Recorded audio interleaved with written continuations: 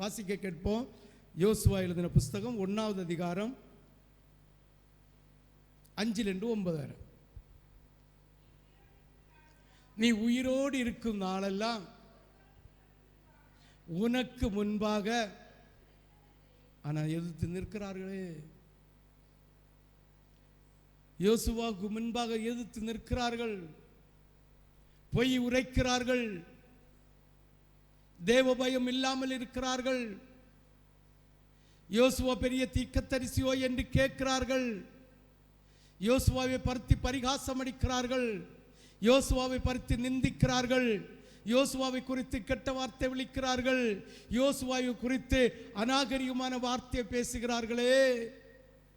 ஆண்டவர் சொன்னார், உனக்கு எதிர்த்து நிற்க ஒருவனால முடியாது.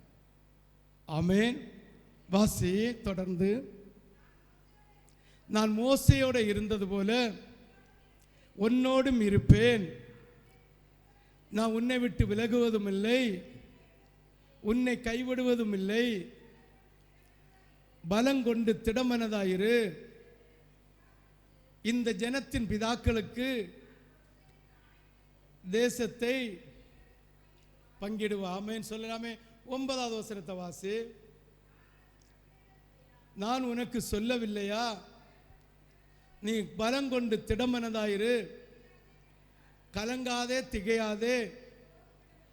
நீ போகும் இடமெல்லாம் உன் தேவனாகிய கர்த்தர் உன் கூட இருப்பார். இது பெரிய ஒரு வாக்குத்தத்தம். அதனால தான் அந்த வாக்குத்தத்தத்தை குறித்து விவரிவாக உங்களுக்கு சொல்லி தருகிறேன். கர்த்தர் உன்னோடு இருக்க வேண்டுமானால், கர்த்தர் என்னோடு இருக்க வேண்டுமானால் அவருடைய வீட்டுக்குள்ள உண்மையாக இருக்கணும். அதை விட முக்கியமாக தேவ பயம் இருந்து கொண்டு, ரெண்டும் ஒரே மாதிரி தான், ரெண்டும் ஒரே அளவு தான். இந்த ரெண்டையும் கடைபிடிக்கிறவன் பாக்கியவான். அவருக்கு வீட்டுக்குள்ள உண்மையா இருக்கணும். உண்மையா இருக்கிறவன் தேவனுக்கு பயப்படுவான், தேவனுக்கு பயப்படுகிறவன் உண்மையா இருப்பான். ஆமென். மற்றவனால இருக்க முடியாது. வேணும்னா கழுத்துக்கு உத்தர மாதிரி, வேணும்னா வானத்துக்கு யாரிட்டு கீழச்சாடு, இல்லை கோடிகளை உண்டாக்கு, இல்லை கிருபைகளை பெற்றுக்கொள்ளு, ஆசீர்வாதத்தை பெற்றுக்கொள்ளு, பலிபீடத்தில் தீர்க்க தரிசனம் உரைக்கலாம், நீ கை வச்சு ஜோம் பண்ணும்போது விடுதலை கிடைக்கலாம், சுகம் கிடைக்கலாம்.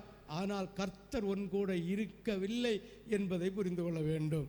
வார்த்தையில் உண்மை, வார்த்தையில் உண்மை, தேவ பயம், தேவ பயம், இது ரெண்டும் ஒன்றோடு ஒன்று இணைக்கப்பட்டிருக்கிறது. தேவ பயம் யாரிடம் இருக்கிறதோ அவன் பொய் சொல்ல மாட்டான், அவன் பொய் சொல்ல மாட்டான். ஏனென்றால் கர்த்தர் என்னை பார்த்து கொண்டிருக்கிறார் என்கிற ஒரு தேவ பயம்.